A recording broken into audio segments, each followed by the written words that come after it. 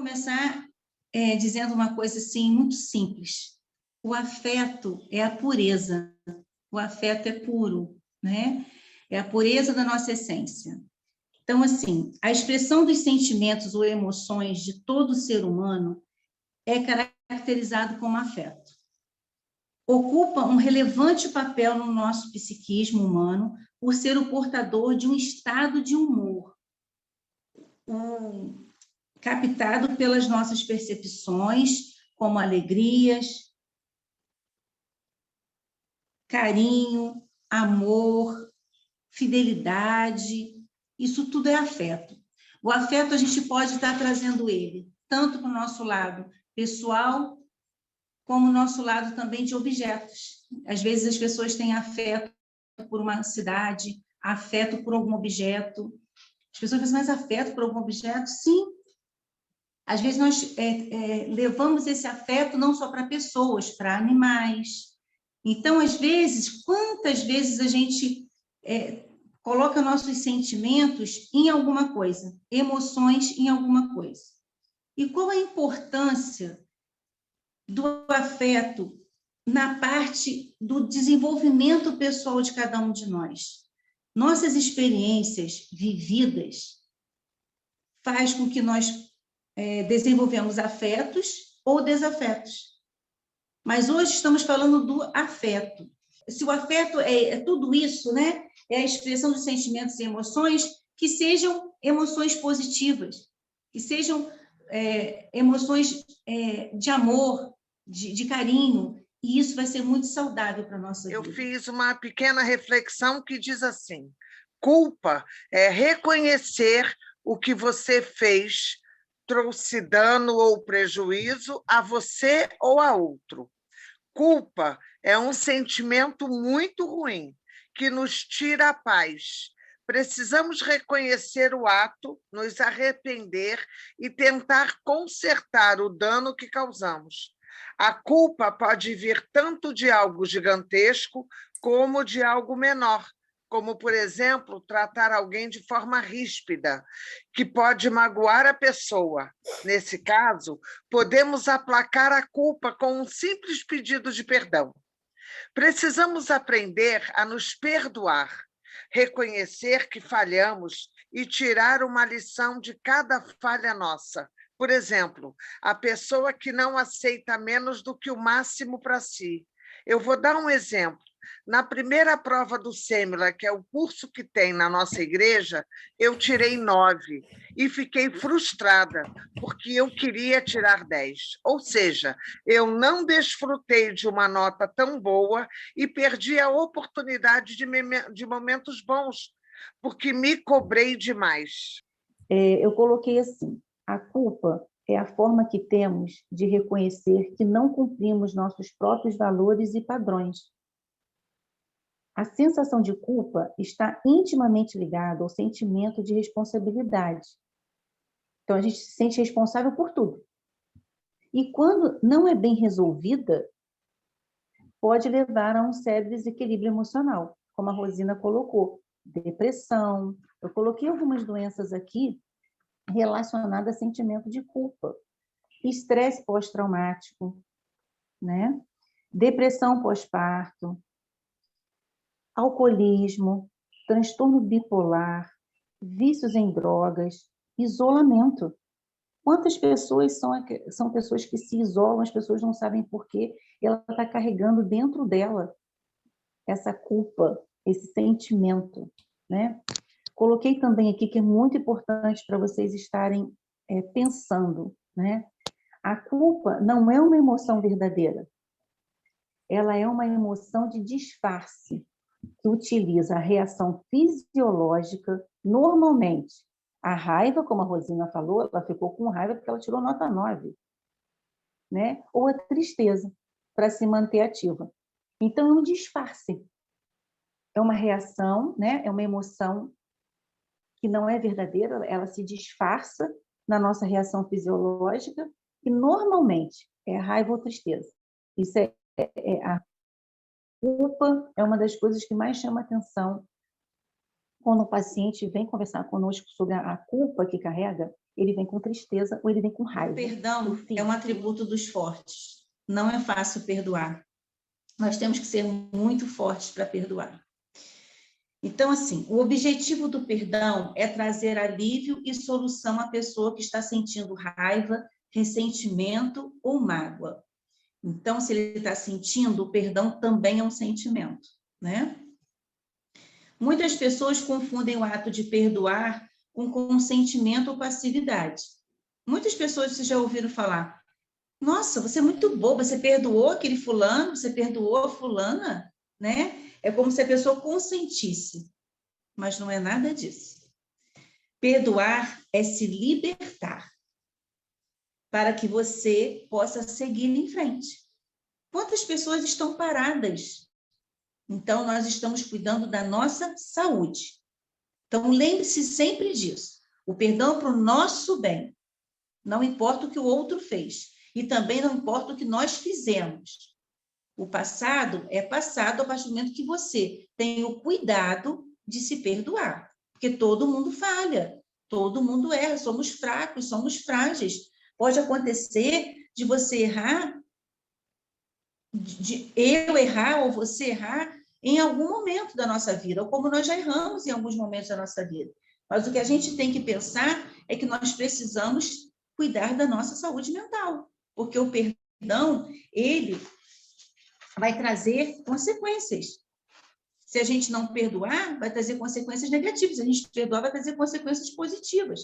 Então, estudos comprovam que a falta de perdão pode desencadear em doenças emocionais e físicas. São estudos. Então, olha, pode desencadear a depressão, o câncer, a hipertensão. Isso. Se hoje você está ouvindo, você foi tocado e você sabe que você precisa se curar, abra mão, perdoe, porque você vai estar fazendo uma nova história na sua vida. Deus abençoe a todos, tá? Muito obrigada. Falando sobre o perdão, eu começo com um ensinamento de Jesus, que está em Mateus 6,12, quando Jesus nos ensina: perdoa as nossas dívidas, assim como perdoamos os nossos devedores. O perdão é fundamental, e perdoar os outros é garantia de que eu sou perdoado. Quando eu não perdoo, é como se eu desse veneno a alguém, mas quem morre sou eu. Jesus foi o maior exemplo de perdão. Na cruz, sofrendo, ele diz: Pai, perdoa, porque eles não sabem o que fazem. Decisão. Eu decido perdoar.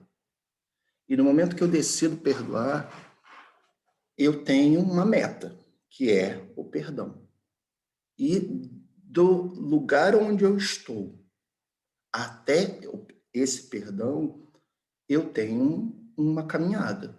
Eu tenho que chegar neste ponto, né? Então, como tudo na vida, né? Eu quero fazer determinada coisa. Então, a meta é aquela coisa. Para chegar àquela coisa, eu tenho uma caminhada, eu tenho um caminho a seguir. E o caminho do perdão, ele não é fácil. Ele é muito difícil. Porque a gente encontra, no primeiro momento, com o nosso amor próprio ferido, né? Principalmente se fui eu que me sinto, de alguma forma, ofendido, agredido, aquilo bate o meu amor próprio ferido, né? Aquilo fere meu coração. E se fere meu coração, eu tenho mágoa, tenho ressentimento daquilo. Então, quando eu falo que perdão é uma decisão, é porque se eu não exercito aquilo todo dia, se eu não tenho certeza de que eu quero perdoar, eu vou deixar aquilo de lado, né? Então, eu desejo perdoar uma pessoa. Eu tenho essa decisão. E isso tem que ficar vivo na minha mente todos os dias. Falar sobre esse tema tão importante, né? A importância de orar. E é interessante que a importância de orar, eu sei que vocês trouxeram coisas muito interessantes aí, mas orar está muito mais do que só no ato religioso, né? De uma oração padrão, né? Orar está em se comunicar, em falar. E eu tenho certeza que vocês trouxeram. Posso falar 10 segundos? Pode você? A oração na igreja, no templo, né, ela é importante, até porque Jesus falou que a gente tem que estabelecer essa convivência, né? Porque eu sozinho eu não mudo nada. Eu sozinho eu não me mudo. Então eu tenho que enxergar no outro algo que foge a mim, que eu não tenho. Eu tenho que enxergar o outro como um filho de Deus, né? Mas só que dentro da oração, no templo, cada um ali está com a sua conexão individual. Porque se eu estou orando, né, mas estou ali olhando, olhe para lá, olhe para cá, eu não estou em oração. Os ruídos são as pessoas, né? A gente também tem que ter esse cuidado, mesmo nas orações comunitárias, nas orações, eu tenho que estar me posicionando individualmente com Deus. Quando oramos, a gente só pede e a gente esquece de separar um tempo para ouvir Deus, o que Ele quer nos falar e nos orientar. A oração é o canal que temos para ter comunhão com Deus, para alimentar nossa relação de pai e filho. Então, existem áreas cerebrais nossas que são ativadas através da oração. E são estudos comprovados, não é uma coisa que estão estudando, não. São estudos comprovados com exames. Então, a gente pensar o quanto essa conexão é tão perfeita que Deus preparou para nós, né? Nós temos todas as ferramentas. O nosso próprio cérebro é a nossa ferramenta. Para a gente, nesse momento em que a gente busca, né, orar por algum propósito, orar em agradecimento, né? Então, que a gente tenha esse cuidado nas nossas orações. E eu vou terminar com uma frase. A oração não é uma vã repetição, pois assim não conseguimos refletir, meditar. Então, precisamos ser autênticos nas nossas orações.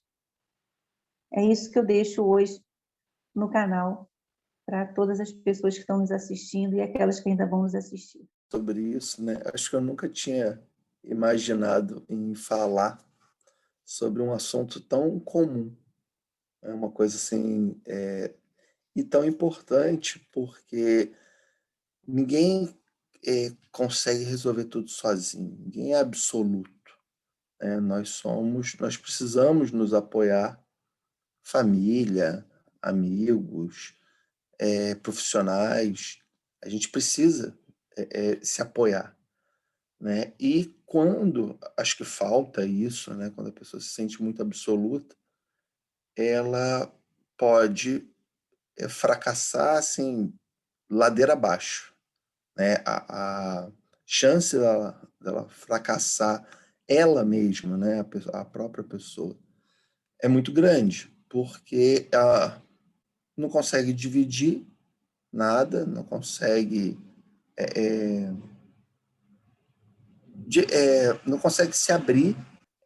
Essa caminhada que vocês estão propondo e eu estou participando, né, é uma caminhada desinteressada, é apenas para ajudar, apenas para poder, para reflexão. Por isso o nome, princípio e atitude, né?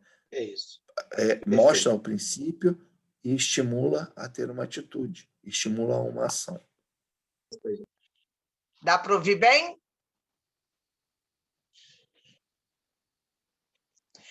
A importância de caminhar juntos. Eu começo com um versículo que está em Amós 3:3, que diz assim: porventura andarão dois juntos se não estiverem de acordo? É super importante ter alguém para estar ao seu lado ao longo da sua vida. Alguém para dividir, compartilhar, criar vínculo. Alguém que nos motiva, nos aconselha. A palavra de Deus fala da importância de termos alguém para caminhar conosco. Estender as mãos. Isso é caminhar juntos. É você estar sempre ligado. Ah, essa pessoa está precisando de quê? De ajuda, de doação? Está precisando de um abraço? Está precisando de um sorriso? Porque, às vezes, gente, existem pessoas que só precisam de um sorriso, de um bom dia. Ali você já começa a caminhada com ele. Eu já ouvi isso de uma pessoa. Meu Deus, quanto tempo que eu não ouço um bom dia. Eu fiquei impactada. Porque, às vezes, a gente trabalha, a gente está tão... que a gente esquece desses mínimos detalhes. Então, um bom dia, gente, vai fazer diferença para você caminhar com as pessoas. Finalizar. Eu quis finalizar de uma forma assim, do nosso 11º encontro, os nossos 10º encontros, né, para trás, eu finalizei assim. A importância de caminharmos juntos é vivenciarmos o privilégio de nos libertar das amarguras, eliminando de nós o medo, a culpa e a ansiedade. É ter a alegria de perdoar com afeto, orando juntos, crescendo a cada dia a esperança em nós, nos outros e assim tendo paz. Deus abençoe a todos.